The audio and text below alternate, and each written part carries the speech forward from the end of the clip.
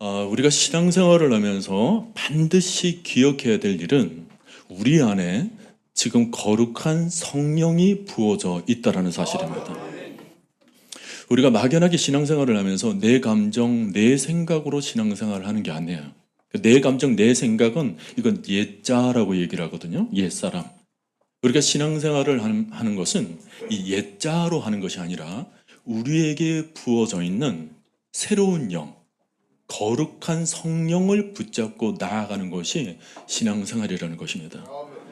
오늘날 많은 성도들이 지금 자기 안에 거룩한 영이 부어져 있다는 것을 모르고 지낼 때가 많습니다.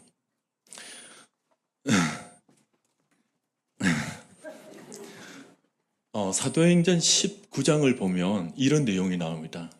너희가 예수를 믿을 때에 성령을 왜 그래요, 방송실? 좀 낮추세요. 괜찮아요. 제가 안 들려도 괜찮으니까 모니터 조금 낮춰주세요. 예. 됐죠? 예. 사도행전 19장을 보면 이런 내용이 나옵니다. 너희가 예수를 믿을 때에 성령을 받았느냐? 라는 내용으로 질문을 해요. 그랬더니 그 질문을 받고는 성령이 뭐야? 나는 그거 듣도 보도 못했다 라는 내용이 나옵니다. 자기 안에 예수를 믿으면서 성령이 부어져 있다는 것을 전혀 모르고 신앙생활을 했다라는 거예요. 근데 오늘날 성도들을 보면 그런 예가 많습니다. 자기가 지금 신앙생활을 하는데 내 안에 지금 성령을 붙잡고 성령에 의해서 성령을 따라서 신앙생활을 한다는 것을 전혀 알지도 깨닫지도 못하는 성도들이 의외로 많다라는 거예요. 여러분, 예수 그리스도를 믿게 만드는 영은 우리 안에 새로운 영이에요. 우리가 하나님을 따르게 만드는 것은 우리 안에 임하신 성령의 영이십니다. 여러분, 예수 그리스도를 믿으시죠? 성경을 보면 예수 그리스도를 믿게 되었을 때 우리에게 거룩한 영을 부어주신다고 그랬거든요. 그게 새 언약이에요. 하나님의 백성을 신약 시대에 만들어가는 방법인데 영을 새롭게 하는 것입니다. 예수 그리스도를 믿는 모든 이들에게 거룩한 영을 부어주심으로 그 영으로 말미암아 아들과 아버지의 관계, 그 양자의 영이라고 그래요. 아버지라고 부를 수 있는 그 양자의 영이 임하게 하면서 우리가 거룩한 성도로 나아가게 되는 것입니다. 우리 안에는 지금 다른 영이 있는 거예요. 다른 영. 구약 시대에 보면 민수기에 그런 내용이 나옵니다. 여호수아와 갈렙이 10명의 정탐꾼과는 전혀 다른 얘기를 하죠. 저들은 우리 밥이다. 우리 얼마든지 할 수 있다. 얼마든지 그 성을 무찌를 수 있다. 나아갈 수 있다. 라고 얘기를 하는데 그때 자기의 의지로 얘기를 한 게 아닙니다. 성경을 보면 그들에게는 다른 영이 임하사 다른 영으로 그런 얘기를 했다라는 거예요. 자기의 생각으로는 인간적인 판단으로는 도저히 하지를 못해요. 근데 자기 안에 거룩한 영이 임하게 되면서 완전히 다른 말, 다른 생각을 가지게 되었다는 것입니다. 여러분, 다윗이 골리앗을 쓰러뜨린 얘기 다 아시죠? 그렇죠? 웬만한 주일학교 좀 좋은 데 나오면 다 이런 얘기는 기본적으로 알고 있을 겁니다. 그게 사무엘상 17장에 나와요. 다윗이 골리앗을 무너뜨렸더니 그 거구 골리앗이 쓰러졌더라. 많은 성도님들이 이 사무엘상 17장에 포커스를 두고 다윗 얘기를 펼쳐나가는데 사실은 그 사무엘상 17장의 비밀은 사무엘상 16장에 있습니다. 16장에 다윗이 사무엘로부터 기름 부음을 받게 돼요. 그러니까 거룩한 영을 덧입게 되니까 그 다음날 그 어린 소년이 다른 생각을 갖게 된 거예요. 다른 영이 임하게 되면서 거구도 아무 힘도 없는 말단 비대증 환자로 본 거야. 저쯤이야. 만군의 여호와의 이름이 내게 임하게 된 이 거룩한 영의 크심이 얼마나 광활한데 저런 거구쯤이야. 아무것도 아니다. 라고 해서 물리칠 수 있었다라는 거예요. 오늘날 신약 시대를 살아가는 우리에게는 이게 더 크게 작용합니다. 신약 시대는 성령의 시대거든요. 이렇게 예수 그리스도를 믿는 모든 사람들에게 거룩한 영이 부어지게 되었다라는 거예요. 우리가 성령 안에서 살아가는 삶이라는 것은 내 안에 부어진 이 거룩한 영을 따라가는 삶이에요. 옛 자아가 아닙니다. 옛 감정이 아니에요. 내가 교회 가고 싶으면 가고 말고 싶으면 말고 그게 아니에요. 나를 이끄시는 거룩한 영이 있는 것입니다. 우리는 지금 다른 영에 의해서 살아가고 있는 거예요. 이게 세상 사람들과 다른 점입니다. 세상 사람들은 본연의 그 자연적인 영, 자아의 영으로 지금 살아가고 있고요. 물론 우리도 그 영이 있습니다. 근데 우리에게는 예수 그리스도를 믿음으로 말미암아 거룩한 영이 우리 가운데, 우리 신령 가운데, 우리 영혼 가운데 부어지게 되면서 이 거룩한 영이 우리를 지배하기 시작하는 거예요. 그러니까 내게 있었던 그 작은 자아가, 내 안에 있었던 옛 자아가 이 거룩한 영의 영향을 받으면 내 자아의 성품이 조금 바뀌기도 하고 기질도 좀 바뀌어요. 감정도 좀 바뀌기도 합니다. 근데 썩 모든 것이 100% 바뀌지는 않습니다. 왜 그런 말이 있잖아요. 사람이 잘 안 바뀐다는 거 있잖아요. 이 안 바뀐다는 것이 바로 이거예요. 내 안에 있던 옛 자아, 아직까지 내려놓지 못하는 내 옛 자아가 아직 있는 거예요. 근데 중요한 것은 우리가 신앙생활을 할 때 이것으로 신앙생활하는 게 아니라는 거예요. 내 안에 누구요? 성령이 우리 가운데 부어졌다라는 거예요. 그러니까 우리가 성령을 붙잡고 살아가는 거예요. 성령에 의해서, 성령의 통제에 의해서 살아가고 이 성령의 영역으로 말미암아 내 옛 자아가 조금씩 변화되어 가는 거예요.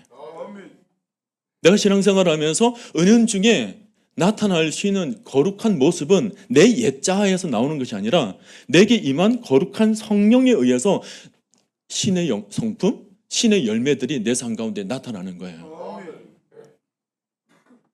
여러분, 우리가 사랑합니까? 이 사랑이라는 말을 세상 사람들과 똑같이 쓰는 것은 내 옛 자아 부분이에요. 근데 내 안에 계신 거룩한 성령에 의해서 성령의 9가지 열매 중에 제일 먼저 나오는 것이 사랑이죠. 그러니까 성령의 열매에 의해서 나타내는 사랑은 세상에서 말하는 사랑과는 본질적으로 달라요. 세상에서 사랑은 사랑할 수 있을 만한 사람을 사랑하는 겁니다. 세상에서는 사랑할 수 없는 사람은 절대 사랑하지 못해요. 나의 옛 자아도 사실은 그렇습니다. 근데 내 안에 계시는 성령은 어떻게 하세요? 모든 이들을 사랑하게 만드는 거예요. 원수까지도 완전히 달리 보이게 만드는 거예요. 하나님의 피조물로. 기쁨도 마찬가지예요. 세상 사람들도 기쁨이라는 것이 있어요. 근데 기뻐할 수 있을 때만 기뻐하는 겁니다. 기쁜 일이 있을 때만 기뻐해요. 내 옛 자아도 그런 부분이 있습니다. 근데 내 안에 계신 성령은 어때요? 성령의 두 번째 열매가 사랑과 희락과 화평, 이렇게 나가죠. 두 번째 열매가 희락, 그 희락의 기쁨이라는 것이 있습니다. 성령에 의해서 가지는 기쁨은 내가 가지고 있는 감정적인 옛 자아로 가질 수 있는 그런 기쁨의 수준이 아니라 어마어마하게 큰 힘을 가지고 있는 거야. 그냥 기뻐하도록 만들어버리는 거예요. 내 옛 자아로는 감정에 따라서 우울하기도 하고 고독하기도 하고 슬퍼하기도 하고 감정에 따라서 밋밋해가지고 내 평생 이렇게 살아왔는데 평생을 이렇게 살아왔는데 웃을 일이 뭐가 있어. 표정은 그렇게 굳어져 있는 거예요. 이 옛 자아가 그래요. 근데 내 안에 성령이 임하게 되면 어떻게 돼요? 굳어져 있는, 시멘트처럼 굳어져 있는 그 얼굴이 바뀝니다. 싹 바뀌어버려요. 왜요? 거룩한 영이 그렇게 바뀌어버린다니까. 희락의 영이거든요. 거룩한 영이 내 안에 있으면서 웃지 않는다? 그거 의심해봐야 됩니다. 지금. 왜냐하면 성령이 지금 거룩하게 아주 충만히 지금 임해져 있는데 내가 지금 웃지 않는다? 그게 기적이에요. 아니 어떻게 그럴 수가 있죠? 성령이 내 안에 계신데 어떻게 웃지 않을 수가 있냐고요. 네. 이해가 되십니까? 웃지 않을 수가 없다니까요. 내 안에 성령이 계시면. 화평도 성령의 열매라고 그랬습니다. 화평, 평화. 모든 게 평안 가운데. 다툼이 없어요. 갈등이 없어요. 성령이 하시면 그렇다고요. 오늘날 성도들이 신앙생활을 하게 되었을 때 그 본질을 잘 붙잡아야 돼요. 내가 가지고 있는 옛 감정으로 신앙생활하는 게 아니라는 거예요. 내게 임한 성령을 붙잡고 살아가는 삶이 신앙생활이라는 거예요. 성령을 따라 사는 거예요. 성령 따라. 다른 말로 하면 말씀 따라입니다. 왜냐하면 하나님은 말씀이시거든요. 성삼위 하나님이 말씀으로 가시기 때문에 내 안에 계시는 성령님도 말씀으로 가세요. 그 말씀을 붙잡고 살아가는 거예요. 제가 지난 시간에 너에게 성령이 임하시면 너희가 권능을 받고 그랬죠. 그 권능이 뭐라고 그랬어요? 하나님 말씀을 꽉 붙잡는 힘이라고 그랬습니다. 내게 임한 그 말씀을 꽉 붙잡고 그 말씀 따라 살아가는 삶이 성령 충만한 삶이에요. 항상 기뻐하라. 그 말씀을 딱 붙잡고 살아가는 거예요. 그래서 항상 기뻐하는 거예요. 근데 이걸 놓쳐버리면 어떻게 됩니까? 교회에서는 말씀을 들을 때는 기뻐해요. 근데 집에 가서는 표정이 싹 바뀌어요. 아이들이 헷갈려 합니다. 우리 엄마는 교회에서는 막 이렇게 기뻐하고 성도들 만날 때는 막 웃으면서 그러는데 집에 오면 표정이 싹 굳어져. 숙제했어? 그래서 아이들이 헷갈려요. 우리 엄마의 본 모습은 뭘까? 교회의 모습일까? 가정의 모습일까? 이게 오늘날 가정에서 흔하게 볼 수 있는 모습이에요. 왜 바뀝니까? 성령이 교회에서만 임했다가 집에 갔으면 성령이 떠나십니까? 안 떠나잖아요. 직장에 가면 떠납니까? 안 떠나잖아요. 성령이 늘 가시기 때문에 우리는 어디서든지 웃을 수 있는 거예요. 기뻐할 수 있는 거예요. 그래서 항상 기뻐하라 라는 말씀이 우리 삶 가운데 적용될 수가 있는 것입니다. 오늘 여러분 성령이 여러분 심령 가운데 임하심을 믿으시고 그 성령 따라 살아가시기를 바랍니다. 오늘 본문을 보면 영적 생활에 대한 모습을 선명하게 그려주고 있죠. 세월을 아끼라 때가 악하니라. 그러므로 어리석은 자가 되지 말고 이렇게 쭉쭉 연결됩니다. 오늘날 시대는 이게 어둠의 시대라는 거예요. 악한 시대입니다. 우리가 자칫 한눈 팔게 되면 어둠 속으로 세상과 똑같이 사는 그리스도인이지만 전혀 그리스도인답지 않은 삶을 살 수밖에 없는 그런 환경에 놓여져 있다는 거예요. 때가 악하다는 것입니다. 특별히 오늘 사도 바울이 술 취하지 말라라는 말씀으로 성령 충만이라는 것과 좀 대조적으로 말씀을 해주고 있습니다. 성령 충만이라는 말은 우리가 사실 신앙생활을 하면서 지금까지 많이 들어왔잖아요. 근데 성령 충만이 뭐지? 어떤 게 성령 충만이지? 이게 모호하더라는 것입니다. 내가 성령 충만을 어떻게 받는 거지? 이것도 모호한 거예요. 그러니까 오늘 성도들이 성령에 대해서 많이 듣기는 들었는데 그게 뭔지도 모르고 그게 따라 살아가는 삶이 어떤 건지를 몰라서 사도 바울이 술 취하지 말라 이런 방탕한 것이니 너희가 성령 충만을 받으라. 술 취한 사람과 성령 충만한 삶, 이 두 삶을 딱 빗대어서 우리들에게 보여주면서 이런 모습으로 살아가면 이건 성령 충만한 삶이 아니야. 이렇게 살아가야 돼. 이렇게 지금 말씀을 해주고 있는 거예요.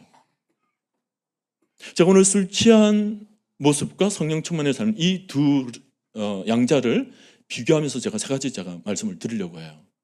우선 첫째는 성령 충만하게 되면 삶의 방향이 선명해집니다. 술 취한 사람은 방향이 희미해요. 자기가 어디로 가는지 몰라요. 자기가 지금 어디 있는지도 모릅니다. 어떤 사람이 술 취한 채로 택시에 타가지고 있다가 막 옷을 벗더래요. 기사가 깜짝 놀라요. 아니 손님 왜 옷 벗으세요? 옷 입으세요. 그랬더니 아니 내가 내 집에서 옷도 못 벗어 그러는 거예요. 아니 그게 집이 아니고요 택시예요 택시. 아니 택시였어? 진작 말하지. 자기가 지금 어디 있는지를 몰라요. 지금 어디로 가고 있는지도 모르고 방향을 완전히 상실한 거예요. 여러분 술 취한 사람들의 특징이 뭐예요? 비틀거리잖아요. 방향감을 잃어버린 것입니다. 오늘날 세상의 모습들이 다 그래요. 뭐 술 취했다라는 표현이 뭐 직접적인 표현은 아니겠지만 오늘날 사람들의 삶의 모습을 가는 보면 살기는 사는데 왜 사는지를 모르는 거예요. 방향이 없습니다. 열심히 살아요. 건강하게 살려고 노력은 합니다. 그런데 왜 건강해야 되는지 삶의 목표가 없어요. 오늘 좋아요? 괜찮아요? 예. 배경음악이 좀 필요해요. 오늘은 방향이 없어요. 방향이 살아갈 방향이 그저 뭐 조금 오래 살면 오래 사는가 보다. 방향이 없으니까 삶의 의미가 없는 거예요. 깊이가 없습니다. 삶의 밀도가 없어요. 가볍죠. 그냥 되는 대로 주어지니까 생명이 붙어져 있으니까 뭐 세상적으로 말하면 죽지 못해서 산다 뭐 이런 정도밖에 안 되는 거예요. 그런데 성령에 의해서 메인바되어서 성령을 따라가는 삶은 방향이 명확합니다. 근데 그분께서 인도하시는 거예요. 여러분 성령님은 지혜의 영이십니다. 우리가 성령님을 따라가게 되면 하나님의 뜻을 분별하게 되겠죠. 성령에 의해서 하나님의 뜻을 분별하기 때문에 우리에게 삶의 지혜가 생겨나요. 명철이 생겨나게 되는 것입니다. 그분께서 만들어주시는 그 지혜의 삶을 우리가 살게 되는 거예요. 이 흔들림이 없는 거예요. 오늘 많은 사람들은 살면서 지혜를 얻는다 그럽니다. 그래서 뭐 50년, 60년 살아보면서 얻게 되는 지혜, 내가 60년 살아온 거 그거 가지고 나의 지혜다 이렇게 얘기를 하는데 사실은 그 지혜를 얻기까지 수만 번의 시행착오를 했을 것입니다. 넘어지고 쓰러지고 깨어지고 다치고 상처나고 그러면서 그렇구나, 이것이구나, 저것이구나 깨닫게 되는 거예요. 이게 세상에 말하는 지혜입니다. 많은 시행착오를 거쳐서. 근데 하나님을 따라가면서 얻게 되는 지혜는 그런 시행착오의 지혜가 아니에요. 하나님의 지혜이기 때문에 굳이 살아보지 않아도 얻을 수 있는 지혜입니다. 믿음에 의해서 하나님께서 보여주시는 그런 게 있거든요. 그래서 어릴 때부터 하나님의 지혜를 따라 살아갈 때 이게 넘어짐이 없습니다. 시행착오를 하지 않아도 세상에 놀라운 일들에 대한 영적 지경이 넓혀져 있는 거죠. 우리 다음 세대들이 하나님의 지혜를 따라 살아갈 때 시행착오를 걷지 않게 되는 거예요. 여러분도 마찬가지입니다. 여러분들도 아직 살 날이 훨씬 많이 남으셨잖아요. 예? 50년 남으셨잖아요. 50년 남은 거 가지고 지금까지 살아온 삶의 지혜를 가지고 사시려고 하면 안 돼요. 지금까지의 삶은 시행착오의 삶이지만 앞으로의 삶은 하나님의 지혜로 사셔야 된다고요.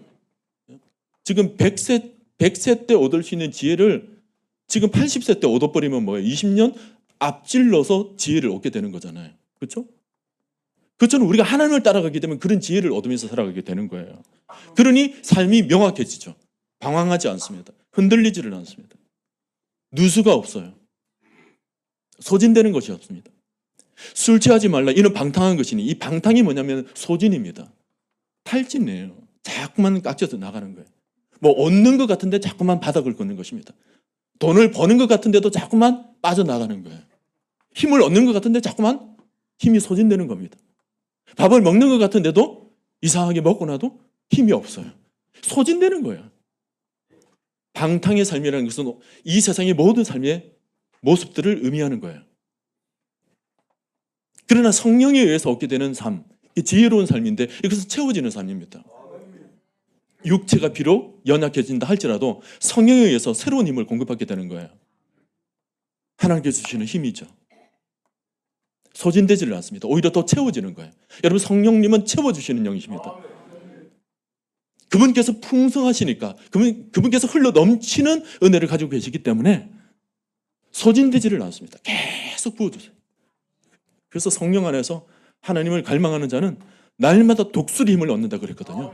독수리 힘을 얻으세요. 독수리 힘을. 독수리 힘을. 저기. 독수리 힘을 얻으시라고. 독수리 힘을 얻으세요.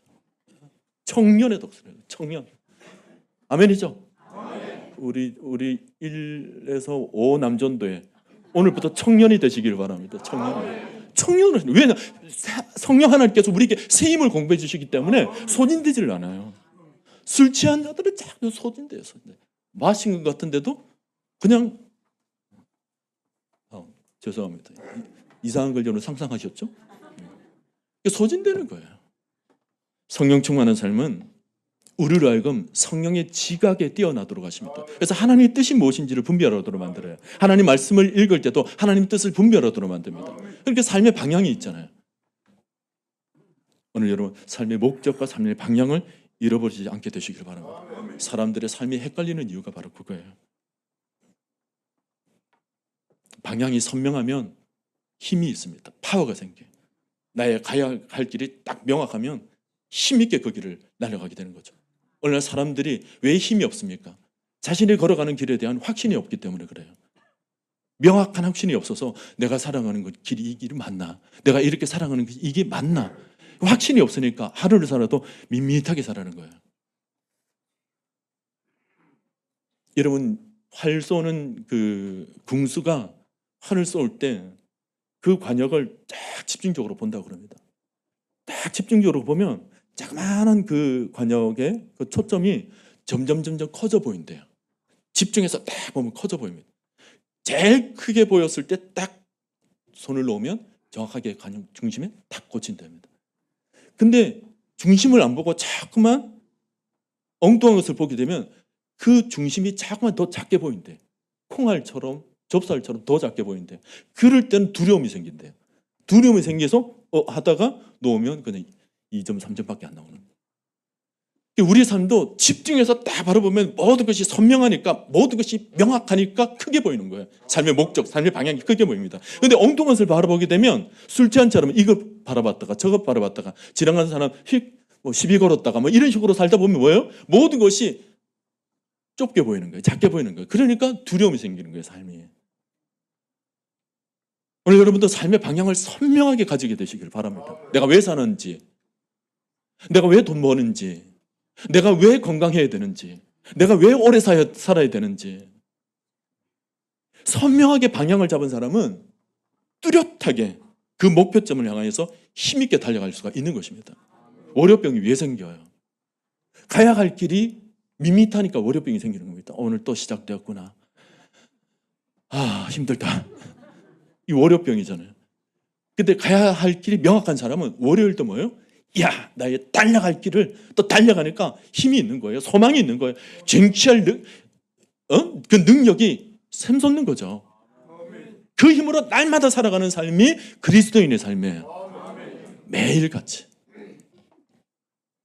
오늘 여러분 성령 충만으로 삶의 모습을 선명하게 가지게 되시기를 바랍니다.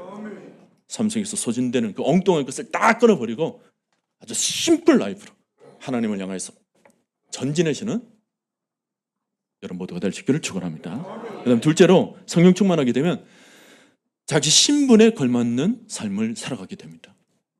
이것이 뭐냐면 내가 누구인지를 선명하게 하는 거예요. 여러분 누구십니까? 하나님의 자녀이십니다. 이게 선명해야 돼요. 이게 불분명하면 늘 우리가 쓰러지게 되죠. 예수님께서 4장에 보면, 마태복음 4장에 보면 시험을 받으십니다. 사단으로부터 시험을 받게 되는데 그 시험을 넉넉히 이기십니다. 근데 그 이기시는 비밀이 어디 있냐면 3장 끝절에 있습니다. 바로 세례를 받으시면서 하늘로부터 음성을 들어요. 이는 내 사랑하는 아들이요 내 기뻐하는 자라. 이 음성을 듣게 됩니다. 그러니까 주님의 마음속에는 하나님의 자녀라는 명확한 음성이 있었다라는 거예요. 내가 하나님의 자녀이기 때문에 어떤 상황에서도 흔들리지 않는다. 그리고는 4장으로 딱 가서 시험을 딱 봤는데 네가 아무리 시험해도 나는 여기서 흔들리지 않아. 하나님의 자녀인데 하나님의 아들이라는 명확한 말씀이 내 심령 가운데 있는데 어찌 흔들리랴. 이것을 주님께서 우리들에게 보여주십니다. 시험 당하신 모습을 우리들에게 보여주세요. 그러면서 우리들도 뭐예요? 어떤 상황 속에서도 시험을 당할 때 우리 마음속에 성령께서 내 안에 임한 이 성령께서 들려주시는 음성을 붙잡아라는 거예요. 이는 내 사랑하는 아들이요 내 기뻐하는 자라. 이 음성이 우리 심령 가운데 있는 겁니다. 하나님께서 오늘 우리 가운데서도 그런 말씀을 들려주시는 거예요. 너는 내 사랑하는 아들이요 내 기뻐하는 자라. 하나님의 사랑하는 아들이라는 거예요. 아들이라는 거예요. 아들, 하나님의 자녀라는 겁니다. 이 명확한 확신이 있으면 어떤 상황에서도, 어떤 시험 속에서도, 어떤 환난 속에서도, 어떤 고독 속에서도, 어떤 우울함 속에서도 흔들리지 않습니다. 자꾸만 엉뚱하게 내 옛 자아가 자꾸만 우리의 감정을 건드리잖아요. 너 고독하잖아, 너 힘들잖아, 너 어렵잖아, 자꾸만. 근데 그건 옛 자아입니다. 절대 옛 자아로 우린 신앙생활하는 사람이 아니에요. 내 안에 말씀하시는 거룩한 영, 성령께서 늘 말씀 가운데 들려주시는 말씀을 붙잡고 살아가야 돼요. 너는 내가 기뻐하는 자라. 내가 너를 도와주리라. 너를 참으로 나의 의로운 손으로 너를 도와주리라. 이 말씀을 붙잡고 살아가는 거예요. 말씀을 믿습니다. 아멘. 아멘. 모든 상황 속에도 기뻐하라. 아멘. 제가 따르겠습니다. 기뻐하겠습니다. 아멘. 하면서 기뻐하는 거예요. 응? 기뻐하는 거예요. 감사하라. 네, 알겠습니다. 감사합니다. 순종하라. 네, 순종하겠습니다. 네, 순종하겠습니다. 이게 뭐예요? 내 안에 성령을 따라가는 삶이라는 거예요. 내 안에 거하시는 그 성령. 내가 하나님의 자녀라는 이 명확한 신분 속에서 살아갈 때 내 옛 자아가 이제는 내려놔집니다. 나는 이제 하나님의 자녀이기 때문에 내 옛 모습들이 내려지게 돼요. 내 옛 모습은 상처 입은 모습, 아파져 있는 모습, 그것 때문에 누군가를 원망하는 모습, 불평하는 모습, 이게 내 옛 모습이거든요. 근데 이제는 나는 새로운 자아가 생겼어. 하나님 안에서 나는 하나님의 자녀로서 새로운 내 자아의 변화가 있기 때문에 이 자아로 살아갈 때 세상 속에서 옛날에 받았던 상처가 더 이상 올라오질 않아요. 모든 것이 아름답게 보이는 거예요. 하나님께서 지으신 천하 만물 가운데 지으신 모든 것들이 너무 아름답게 보이기 때문에 그 아름다운 것 속에 내가 새로운 시대에 만들어진 아담처럼 하나님의 새로운 피조물로 내가 살아가게 되는 것입니다. 이게 얼마나 놀라운 일인지 몰라요. 오늘 성도들이 이 은혜를 누릴 줄 알아야 돼요. 따라서 합시다. 나는 새로운 피조물입니다. 새로운 자야. 새로운 자야. 오순절 사건에서 제자들이 완전히 달라졌잖아요. 여러분 이상하잖아요. 제자들이 복음서의 모습을 보면 하나같이 불평하고 따라다니면서 의심하고 주님을 따라다니면서도 여러분 주님이 역사에 있어서 전무후무한 말씀을 직접 들려주실 때 아닙니까? 너무 훌륭하신 그런 말씀을 직접 들었는데도 불구하고 맨날 따라다니면서 뭐예요? 맨날 세상 것 생각하는 거예요. 주님이 메시아 왕국을 세우게 되면 내가 옆 자리 하나 내가 차지해야 되는데 내가 좀 더 주님과 가까이 앉아서 내가 좀 더 높은 자리를 꿰찾고 있어야 되는데 그래야 우리 집안의 가문의 영광이고 할 텐데 뭐 이런 생각하는 거예요. 주님을 따라다니면서도 세상에 대한 물질에 대한 마음도 있었을 것 같습니다. 여러분 가룟 유다가 그 물질 그 은 30에 주님을 팔고 있는데 사실은 제자들도 물질에 대해서 완벽한 의식을 가지고 있었던 것 아니에요. 마리아가 그 귀한 향유 옥합을 이렇게 깨뜨릴 때 그 바리새인과 서기관들이 그 비싼 것을 왜 그렇게 깨뜨려? 그걸 가난한 자들에게 나눠주면 얼마나 귀하게 쓸 텐데 이 아까운 것을 이렇게 깨뜨리나? 라고 했을 때 제자들이 나서서 무슨 소리야? 주님의 나라, 주님의 의가 얼마나 크신데 우리 주님께서 장차 걸어가시는 일이 얼마나 크신 일인데 이 일을 기념하기 위해서 이 향유옥합 깨뜨린 게 이게 뭔 대수라고 주님의 크신 길을 걸어가면 있어서 이거보다 더한 것을 깨뜨려야 되는데 이게 뭐라고? 라고 얘기하는 제자들은 한 사람도 없었어요. 아마 옆에서 그런 얘기를 하는 서기관과 종교 지도자들을 바라보면서 그렇지 맞아 왜 저렇게 깨뜨려? 라고 했을 것입니다. 제자들은 아직 복음서의 모습은 완전히 깨뜨려지질 않아요. 세상의 모습 변하지 않습니다. 이게 뭡니까? 옛자가 있는 거예요. 옛자로 그냥 살아갔던 거예요. 근데 놀라운 것은 이 복음서에 있던 제자들이 사도행전으로 넘어오게 되면 완전히 달라집니다. 사도행전에 와서는 물질에 대한 개념이 완전히 바뀌어버려요. 생각 자체가 바뀌어버립니다. 여러분 복음서에서 사도행전으로 넘어가는데 시간이 얼마나 걸렸을까요? 몇 년 걸렸을까요? 그렇지 않습니다. 마가의 다락방에서 모여서 성령 받기까지 기도했는데 10일 만에 성령이 임했다 그랬습니다. 결국은 복음서에서 사도행전으로 넘어가는 시간은 1년도 채 되지 않았던 시간이라고 볼 수 있죠. 얼마 되지를 않았어요. 근데 사도행전에 나오는 모든 제자들과 예수를 믿는 모든 성도들의 모습은 100% 달라집니다. 그 사이에 지금 뭐가 있는 거죠? 바로 성령 충만이 있는 거예요. 성령의 임재가 있었던 것입니다. 성령이 임하게 되면서 모든 것이 달라져 버려요. 성도들이 옛 자아로 사는 것이 아니라 새로운 자아로 살게 되는 거예요. 새로운 가치관이 생겼습니다. 완전히 자신의 신분, 자신의 정체성이 완전히 달라져 버려요. 그걸 뭐라고 그래요? 속사람이 완전히 변해버린 거예요. 겉사람은 지나가고 속사람이 완전히 날로 새롭도다. 성령 안에서 완전히 새롭게 된 거예요. 오늘날 우리 성도들이 경험해야 될 것이 바로 이겁니다. 우리가 그리스도를 믿으면서 하나님을 믿는다면서도 아직까지 옛사람으로 살아간다면 성령의 충만으로 인해서 우리가 경험되어지는 그 놀라운 세계를 평생토록 한 번도 경험하지 못하고 우리는 이 땅을 떠나게 될 거예요. 얼마나 안타까워요. 똑같이 하나님께서 이 땅 가운데 임재해 계시는데 그분께서 지금도 역사하시는데 그분도 지금도 우리 심령 가운데 성령을 충만히 부어주고 계시는데 우리는 성령이 있는 줄도 모르고 성령이 역사하는 줄도 모르고 그래도 내 안에 있는 자그마한 옛사람에 의해서 살아간다면 성령이 거하시는 줄 전혀 깨닫지 못한 채 너무 안타까운 삶을 살다가 겨우 천국에 들어가는 거야. 충만한 은혜로 이 땅 가운데 아주 하나님의 백성으로서 아주 충만한 은혜를 누리며 살다가 천국에 가서도 더 충만한 은혜를 누려야 되는데 이 땅에서는 단 한 번도 그런 삶을 살지를 못하고 있다가 천국에 올라가서 깜짝 놀라는 거예요. 이런 삶이었어? 그래, 그런 삶이었다. 주님이 이런 놀라운 삶을 이제서야 보여줍니까? 내가 언제 이제서 보여줬니? 이 땅에서 벌써 보여줬는데, 성경을 통해서 벌써 보여줬는데 네가 안 따라왔지. 네가 못 누렸지. 네가 몰랐지. 네가 의심했지. 네가 불순종했지. 너무 안타까운 거예요. 여러분, 성령께서 지금도 역사하고 계시는 줄 믿으시길 바랍니다. 이 믿음의 수준은 단순하게 받아들이는 수준이 아니라 신뢰하는 수준으로 나아가셔야 돼요. 믿음과 신뢰는 조금 차이가 있습니다. 믿음은 수동적으로 받아들이는 측면이 조금 있는가 하면 확신과 신뢰는 적극적으로 내가 얻는 것입니다. 모두 전인격적으로 모든 것을 받아들이는 것을 말해요. 우리는 믿음에서 확신에서 신뢰 수준으로 나아가야 되는 거예요. 믿습니다. 내 안에 성령께서 역사하고 계시는 줄로 믿습니다. 내가 성령을 따라가겠습니다. 전적으로 의지하겠습니다. 전적으로 신뢰하겠습니다. 이 성령을 따라 살아가는 거예요. 성령을 따라.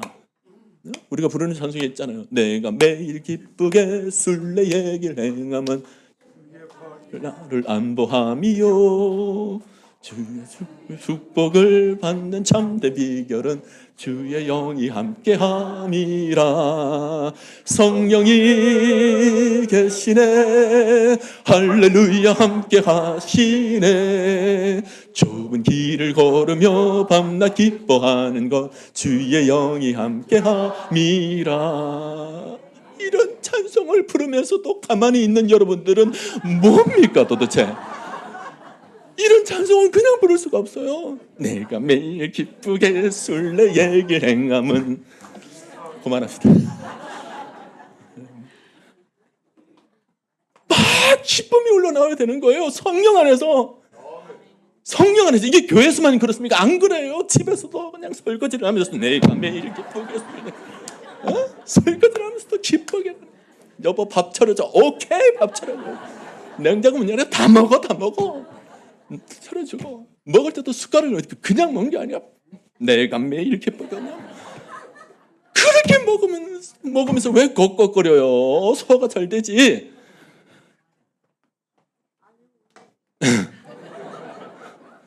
직장에서도 마찬가지예요. 여러분 내일 직장에 우리 남자분들 직장에 가서도 뛰어다녀야 돼요. 뛰어다니니까 내가 매일 기쁘게 성령이 함께하니까 기쁘게 뛰어다녀. 저 사람 왜 이렇게 뛰어다니냐? 눈보다 기쁘게. 이야, 저 에너지 봐. 대단하다. 저 사람 빨리 승진시켜라. 왜냐하면 저 에너지를 모든 회사 사원들에게 다 영향이 끼쳐야 되기 때문에 이게 말단으로 있어서는 안 돼. 빨리 올려서 리더를 세워. 그래서 형통한 자가 되는 거예요. 그래서 요셉처럼 뭐 올라가는 거예요. 모든 삶이 그렇습니다. 직장이든 세상의 모든 사람들. 복조리 시장에 가서 장하면 보더라도 예수 믿는 사람들의 표정은 달라야 되는 거예요. 웃으면서 말이고 웃으면서. 저 사람 웃는 거 봐. 너무 기분 좋다. 내가 깎아줄게요. 나는 거예요. 모든 삶이 항상 기뻐하는 거야. 왜 성령이 나를 완전히 새로운 삶을 만들어주셨는데 기뻐하는데 감사하는데 은혜가 넘치니까 기뻐하지 않을 수가 없는 거죠. 이게 뭐예요? 내 안에 계신 성령으로 살아가는 삶이에요. 이게 성령 충만으로 살아가는 삶입니다. 셋째로 생각할 것은 하나님의 임재를 경험하는 삶이에요.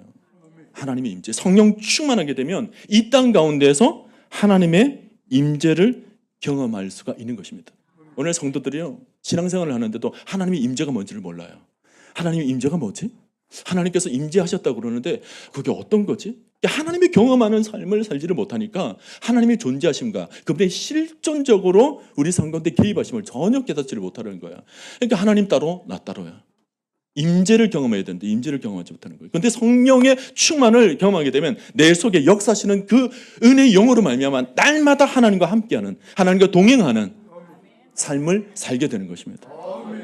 은혜라는 것이 뭐예요? 은혜라는 많은 성도들이 은혜를 감정적으로 생각해요. 내가 은혜를 받았다 그러면 그저 앉아서 느낌적으로 조금 말씀이 좀 받아들여지네, 또 감격이 있네, 그런 정도로만 생각해요. 여러분, 그거는 은혜의 출발이에요. 그게 은혜의 끝이 아닙니다. 은혜의 출발입니다. 출발된 그런 삶이 이제 모든 삶에 다 영향을 끼쳐야 되는 거예요. 전인격적으로 모든 삶 가운데 하나님께서 함께 하시는 그 은혜로 말미암아 내 모든 것이 완전히 변화되는 거예요. 내 자아 자체가 변화돼 버리는 거예요. 그게 은혜 받은 삶이에요. 은혜 받은 삶이 삶 따로 입술 따로가 아닙니다. 반드시 같이 가게 되어 있습니다. 옛날에 보면 부흥회 때 막 성도들이 막 은혜를 막 받아요. 새벽에도 가서 막 은혜를 받고 막 그래요. 모습 보면 얼마나 은혜로 보입니까? 근데 새벽기도 끝마치고 이제 가면서 남의 밭에 들어가지고 고추 몇 개 따가고 막 파 몇 개 뜯어가고 뭐. 이게 뭐예요? 이게 은혜 받은 삶이 아니거든요. 은혜 받은 삶은 뭐예요? 모든 삶이 달라지는 거예요. 은혜를 받았다 그러면 입술도 달라집니다. 입술에서 어떻게 불평이 나와요? 어떻게 원망이 나올 수 있죠? 은혜를 받았는데 은혜의 입술이 되어야 되잖아요. 그러니까 혀가 통제되잖아요. 제가 침방을 하면서 어떤 가정에서 그래요. 목사님, 우리 남편이 요즘 은혜 받은 것 같아요. 입술이 달라졌어요.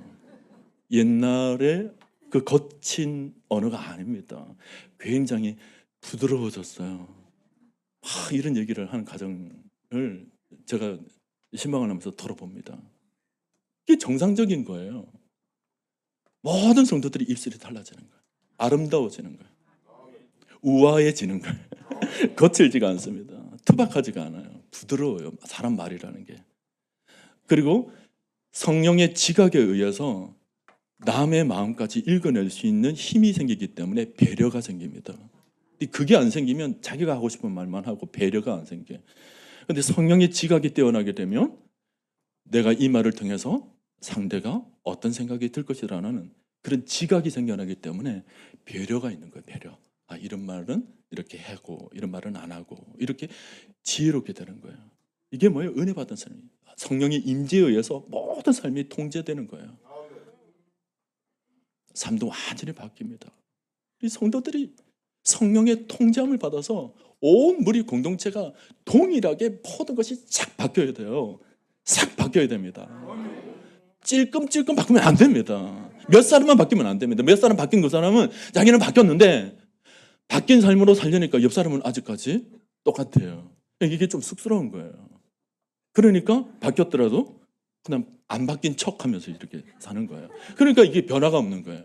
여러분, 사도행전에서는 성령이 임재하게 되면서 온 120문도가 싹 바뀌어버립니다.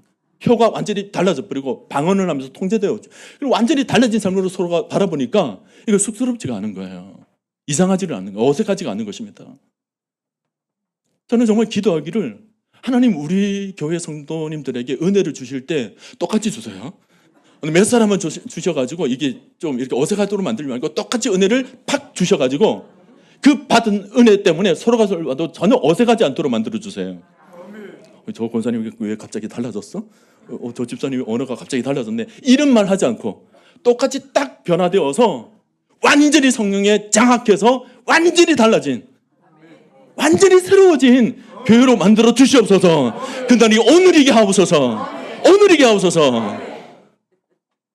아멘 안 하신 분들은 뭐 길서교회 성도들이에요? 우리 똑같이 성령 충만을 받자고요. 성령 충만을 받아서 성도들이 볼 때 마치 초대교회와 같이 너무 감사하다, 너무 아름답다, 너무 이쁘다. 아니 이걸 여러분들이 하시라고요. 제가 하는 게 아니고 여러분들이 하시라고요. 여러분들이 오늘 식사를 하면서 소리부터 너무 이쁘다, 너무 아름답다, 너무 귀하다, 너무 감사하다. 응? 그게 교회입니다.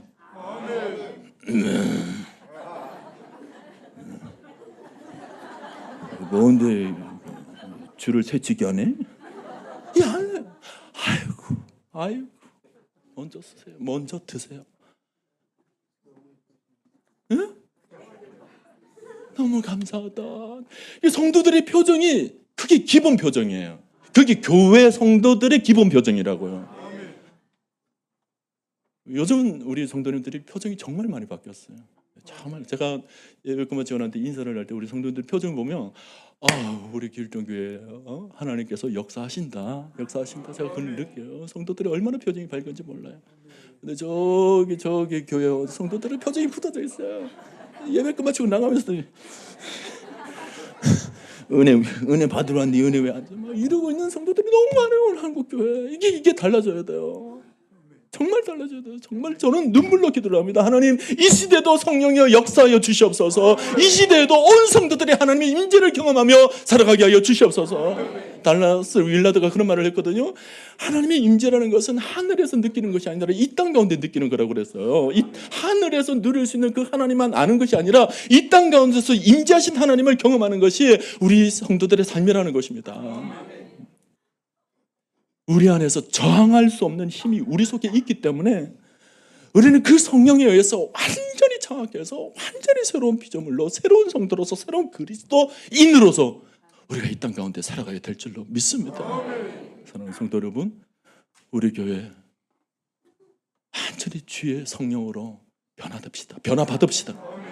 주의 성령으로 우리 심령 가운데 가득 주 성령으로 가득 채우셔서 이제는 내가 가지고 있던 옛자로 살아가는 것이 아니라 내 옛자에 의지해서 살아가는 것이 아니라 누구요?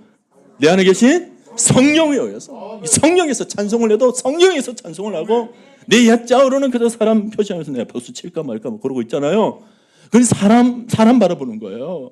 평생 그렇게 신앙생활을 했다가 절대 은혜 못 받아요. 기도를 해도 사람 바라보지 않고 내 안에 계신 성령으로 주여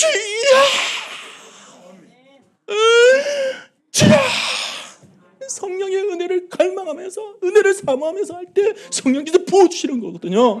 근데 사람 의지하고 이렇게 있으면 성령이 제가 왜 저래 제가 왜 은혜 받으러 와서 은혜를 충만히 받아야지 왜 저러고 있어 그러잖아요. 예배를 드리면서도 완전 집중해서 하나님 내 영광 하나님의 영광 받아 주옵소서. 나의 모든 것 하나님께 드려오니 하나님 내가 드리는 이 제사 하나님께서 기쁘게 받으시고 큰 영광 돌리소서. 이런 마음으로 내 안에 계신 성령으로 드릴 때 우리 예배가 살아나게 될 줄로 믿습니다. 오늘 여러분들이 이제부터 딱 결단을 합시다. 하나님, 내가 내 안에 있는 성령님이 내 안에 거하고 계시는 줄로 믿습니다. 이제는 옛자로 내가 살아가지 않겠습니다. 성령 하나님으로 의지해서 성령님 따라 살아가겠습니다.